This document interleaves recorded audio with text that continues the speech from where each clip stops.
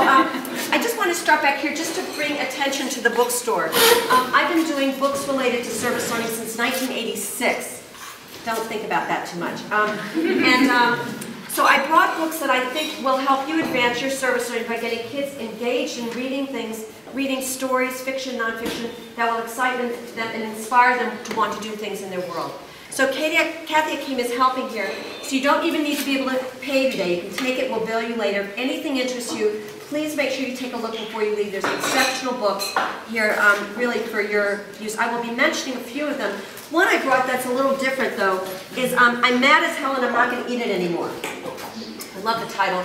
It's about what's going on with food around us. And I brought this book in because one of the resources, I don't know if you saw this yet, but there's resources on your green sheet. If you open up your resource list on the page under Environment toward the bottom, it says Water Planet Challenge. So it's the page under Environment and Gardens. If you go down to Water Planet Challenge, I've written some action guides for this program. And my newest one is called What's on Your Fork? It's an action guide to help young people think about Meatless Monday campaigns. So if any of that interests you, grab this book, go to the website, free action guides to download, and lots of good resources at the here. So we decided this year from our advisory group to focus on youth voice and choice and how to really build that in service learning. And one of the reasons I like to talk about this is very often I go in and I see service learning. I do travel around the globe and help make it happen and help get things going. And very often, when I look at what's going on out there, who do you think does most of the work? The students or the teachers? Teachers. Thank you very much. We need to switch that. But if we really think about it, we can. Now, this may mean some of us have to let go of control. How many of you are willing to admit that most teachers are control freaks? Admission is the first step to recovery, so you're in good shape. So what we want to do with service learning is release some of that. So last June, I was asked to give a keynote at a conference in Texas where I've been going for years. And they said, can you talk about dropout rates? Everything they mentioned was putting me to sleep. I said, I really don't want to do those topics. Not that they're not important. That's not what I've been thinking about. I've been thinking for several years about this issue of trust. And why trust is so critical in schools today and why it's not really there as much as I think it needs to be there. And that means from the top down. I mean, there's a lot of trust that's missing. Think of how our federal government and education may not trust our states, our schools. You know what I'm talking about, right? We see a lot of it. So what do we need to think about trust? So everybody should have handouts. Everybody should have handouts in front of them. Everybody have the handouts in front of the table. On the first handout, on the first page, it says, in youth we trust, and then there's a place to write something down. It says, 3 words for trust. I want each of you now to take a moment. In service learning terms, we call it reflection. I want you to take a moment and jot down 3 words that come to mind when you hear the word trust. What are the 3 words that come to mind when you hear the word trust? You can talk to someone about it or write down your own words. What are the 3 words that come to mind for you when you hear the word trust? We've got seats here. We've got seats over there. Write down 3 words that come to mind when you hear the word trust. First words, not your first thoughts. All right? Now, here's the game we're going to play. As I'm talking about, I am going to talk for a little bit about this concept of trust and what I've explored. If you hear one of the words that you wrote down mentioned in the comments I'm making, the first time you hear it, just raise your hand. And we'll see who's writing the same words. So if you hear me mention the word you've written down, just raise your hand. You don't have to do it every time. It's not one of those things. I'll try to be quick. But the first time you hear it, and then we'll see what we're thinking about when we look at trust. When I was doing research on this, and I keep researching, I found several definitions of trust I found to be interesting. Willingness to be vulnerable based on confidence that the other party is benevolent, reliable, competent, honest, and open. Wow, that honest got a lot of people. Trust. I also saw that it's acting always with honesty and integrity and without hidden agendas. I love that one, without hidden agendas. Do you think people in LA generally have hidden agendas? Openness and communication with everyone. Keeping your promises. Oh my gosh, what a thought.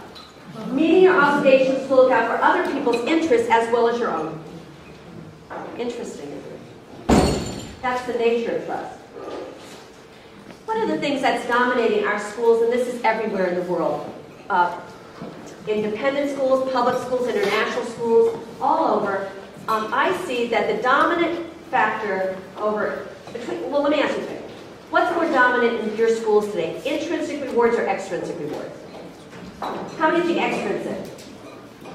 Gosh, we got some really good folks here. How many think maybe intrinsic? Well, you're moving in the right direction. Generally in the populace, what do you think it is? Extrinsic. And it comes in lots of shapes, colors, and sizes. So for example, with the food drive, the class that brings in the most food gets what? Pizza party. Which means you're thinking about who? Themselves rather than the issue of hunger. That is a lose-lose right away. You have to remove those things. It also comes in the form of programs like Caught Being Good. How many of you heard of those kind of programs? Where kids, and I've seen this in grade K through 12. I love that you look at me shocked because I'm so glad you don't know about this. I didn't understand what you said. It's called Caught Being Good. So in Caught Being Good programs, if I see a child open the door for a teacher, they get a ticket to get a prize. So what are we teaching kids when we do that? You get a prize or you do something. Now when I was a kid growing up, if my friend forgot the lunch, what would we naturally do?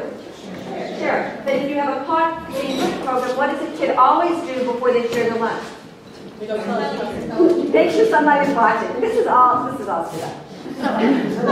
So I help deconstruct those programs, and part of it is that teachers don't think, or schools don't think, that kids will do what's best. They won't do what they think is right. It undermines our belief in what?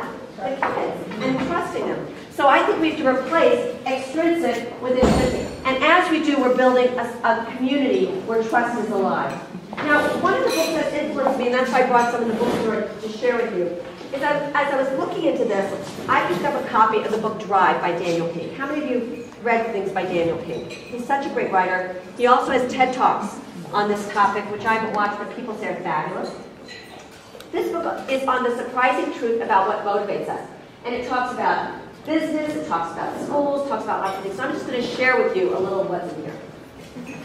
He says rewards or a short-term boost like a cup of coffee. You know, it feels good for the jolt, but it doesn't really take you anywhere. It doesn't last long. So it actually reduces long-term motivation. Isn't that interesting? It actually backfires. He says short-term incentive plans and paid-for-performance programs get people more looking at their checkbook than looking at what's really going on. That sometimes if they give something at the end of it, just as, wow, you did such a great job, here's a $100 certificate for dinner somewhere, those work, but putting it up front actually interferes with the creative process. So, worst of all, he says, oh, I've got to read it. Hold on. He says, I love this part.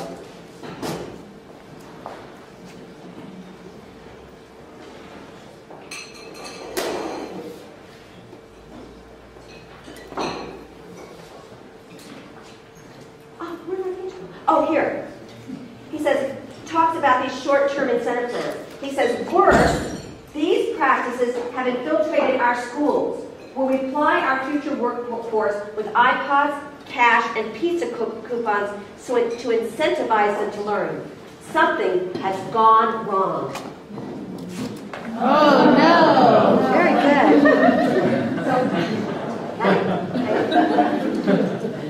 So what's going on right now is these kinds of extrinsic and these kind of controlling things create a situation where we are always looking at how do you control and manage teacher education programs, how do you control and manage kids. I was keynoting at a character ed partnership conferences about a year and a half ago, and I was going around to a lot of workshops before my keynote. And even at a character ed conference, we were talking about how do you control and manage kids. How many of you, when you were a kid in school, wanted to be controlled and managed? How many of you really are excited about being controlled and managed now? So we're doing something really, what I would call in a group of friends, back-asswards, you know? So I think we want to really replace this concept of control and manage with to engage and inspire. If we engage and inspire young people, we don't have to control and manage, because they're engaged.